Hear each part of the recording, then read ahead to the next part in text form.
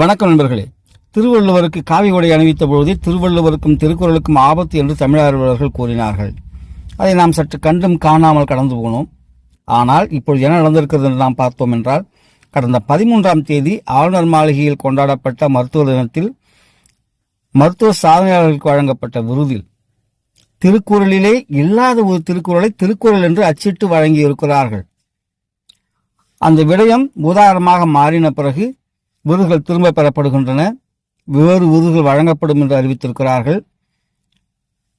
இந்த விஷயம் கான்ட்ராவர்சியா ஆன உடனே தான் அந்த நிகழ்ச்சியின் ஒருங்கிணைப்பாளர் டாக்டர் விஷ்ணு பிரசாத் என்பவர் இதற்கும் ஆளுநர் மாளிகைக்கும் எந்த விதமான தொடர்பும் இல்லை, இந்த தவறு முழுக்க எங்கள் பக்கம் நிகழ்ந்தது என்று கூறியிருக்கிறார்கள்.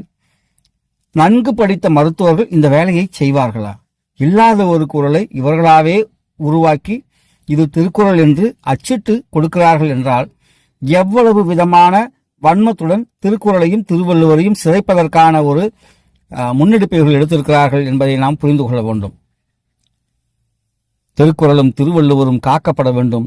தமிழர்களின் பண்பாடு போற்றி பாதுகாக்கப்பட வேண்டும். இவ்வாறான தவறுகளை கண்டு நாம் களையும் பொழுதுதான், அதற்கு எதிராக பேசும் பொழுதுதான், அதற்கு எதிராக போராடும் பொழுதுதான் வரலாற்று திருப்புகளை செய்பவர்கள் சற்று அஞ்சுவார்கள். இல்லாத திருக்குறளை உருவாக்கி திருக்குறள் என்று அச்சிட்ட அனைவருக்கும் என்னுடைய கடுமையான கண்டனங்களை தெரிவித்துக் கொள்கிறோம்.